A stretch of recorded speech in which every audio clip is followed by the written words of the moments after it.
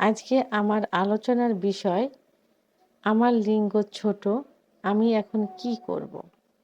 দেশের এবং প্রবাসের ভাই বোনদের প্রতি সালাম। আসলে যৌন অক্ষমতার রোগীরা এভাবেই আমাকে কমেন্টস করে থাকে। এভাবে প্রশ্ন করে থাকে যে, "ম্যাম, আমার লিঙ্গ ছোট।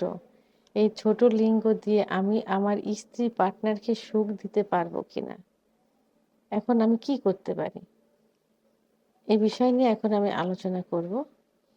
আসলে লিঙ্গ ছোট বড় এটা কিন্তু আসলে কোনো বিষয় না। বিষয়টা হলো যে আপনি কত সময় পার্টনারের সঙ্গে সহবাসে লিপ্ত থাকতে পারছেন। আর আ ছোট লিঙ্গ সব দেশের লিঙ্গের সাইজ কিন্তু একরকম হয় না। ইউরোপিয়ান, আমেরিকা, আফ্রিকান তাদের লিঙ্গ কিন্তু বড় থাকে। আবার দেখবেন যে সে দেশের পুরুষেরা যত বড়, তার মহিলারাও কিন্তু সেরকম বড়। সেহেতু তাদের সাইজটাও সেরকম বড় হয়ে থাকে এবং তারা সেভাবেই তারা তৈরি হয়েছে। আর বাংলাদেশের বিশেষ করে এশিয়া মহাদেশের পুরুষ পুরুষদের লিঙ্গের গড় সাইজ ৬.২ ইঞ্চি।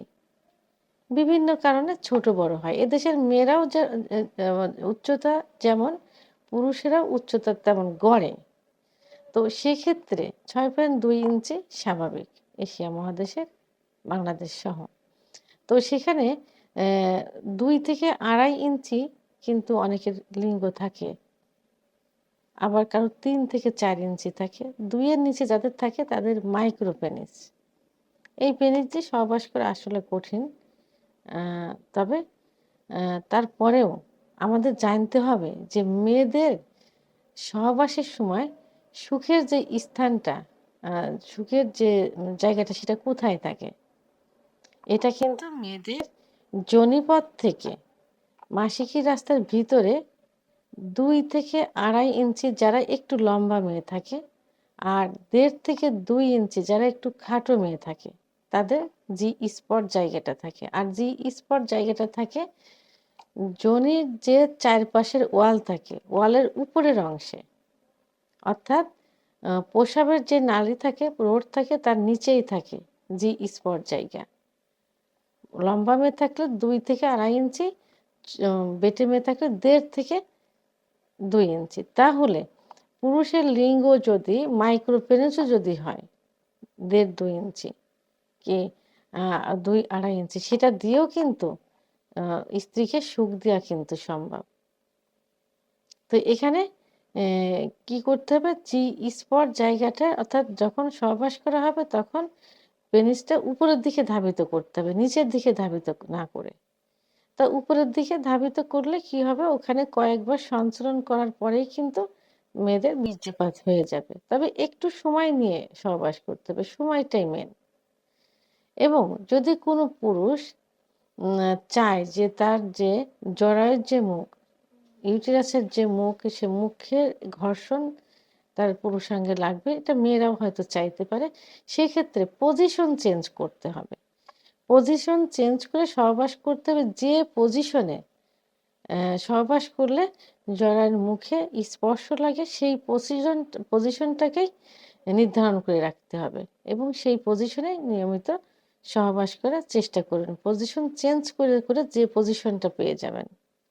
অনেক মহিলা পর্নোগ্রাফি দেখে থাকেন। কারণ এখনকার যুগে সবাই কিন্তু আধুনিক হয়ে গেছে। মহিলারা কিন্তু আগে এতটা সেক্সের বিষয়ে আধুনিক ছিল না।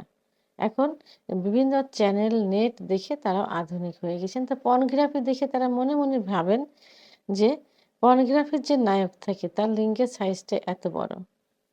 তো আমার স্বামীর, আমার পার্টনারের কেন এত ছোট? তো আমি কি সুখী হতে পারবো? কি সে আমার পার্টনারকে সুখ দিতে পারবে? আসলে পর্নোগ্রাফি এটা কিন্তু একদিনে একবারে কিন্তু হয় না। কয়েকদিন সময় নিয়ে কিন্তু এই একটা ভিডিও তৈরি করে। আর এটা এডিটের বিষয়। তো ওই ছোট বড় এটা কিন্তু ক্যামেরার কারসাজি। সেহেতু এটা নিয়ে আপনাদের তাকে অনুসরণ করলে চলবে না।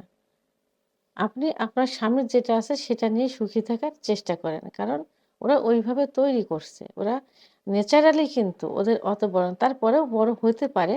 ওরা যখন সহবাস করে তার পূর্বে ওরা কিছু মেডিসিন ব্যবহার করে। কিছু মেডিসিন খেয়ে আসে, কিছু স্প্রে ব্যবহার করে, কিছু ইনজেকশন পুশ করে, যেগুলো লিঙ্গকে বড় করে দেয়, সাময়িক বড় করে দেয়। তারপরে আবার যা তাই হয়ে যায়। এবং কোনো ক্ষেত্রে অনেক সময় দেখা যায় একেবারে পঙ্গু হয়ে যায়। সেহেতু তাদেরটা নিয়ে ভাবার বিষয় না। ন্যাচারালভাবে, প্রাকৃতিকভাবে আপনি আপনার স্বামীর যেটা পাচ্ছেন সেটা নিয়ে সুখী থাকার চেষ্টা করেন। তো সেক্ষেত্রে ছোট লিঙ্গ দিয়েও কিন্তু স্ত্রীকে সুখ দেওয়া সম্ভব।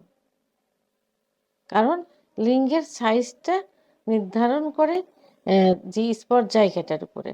তো ওই পর্যন্ত হলেই যথেষ্ট। তো শুধু সময়টা একটু বাড়াতে হবে।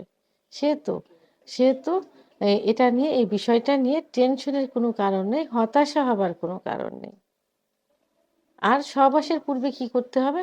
স্ত্রীকে পর্যাপ্ত পরিমাণ ফোরপ্লে করতে হবে যেন তার অর্গাজম হয়ে যায়। আর এভাবে এত মানে ফোরপ্লেটা এমনভাবে করতে হবে যেন কয়েকবার অর্গাজম হয়। তো কয়েকবার অর্গাজম যখন বাইরের থেকে হয়ে যাবে, ভিতরে প্রবেশ করানোর পর আ সেভাবে অর্গাজম অবস্থায় যখন থাকবে, উত্তেজিত অবস্থায় যখন থাকবে, তখন পেনিসটা উপরের দিকে ধাবিত করলে একটু প্রেশার ক্রিয়েট করে করে সঞ্চালন করলেই কিন্তু তার খুব সহজেই বীর্যপাত হয়ে যাবে। এতে আপনি নিজেও সুখ পাবেন, স্ত্রীকেও সুখ দিতে পারবেন। সেহেতু টেনশনের কোনো কারণে ছোট লিঙ্গের দিয়েও স্ত্রীকেও সুখ দিতে পারবেন, আপনি নিজেও সুখ নিতে পারবেন। তো আমার ভিডিওটি সম্পর্কে যদি কোনো মতামত থেকে থাকে অবশ্যই কমেন্টসের মাধ্যমে জানাবেন। আর ভিডিওটি ভালো লাগলে লাইক, কমেন্ট, সাবস্ক্রাইব করে আমার সঙ্গে থাকুন। আল্লাহ হাফেজ।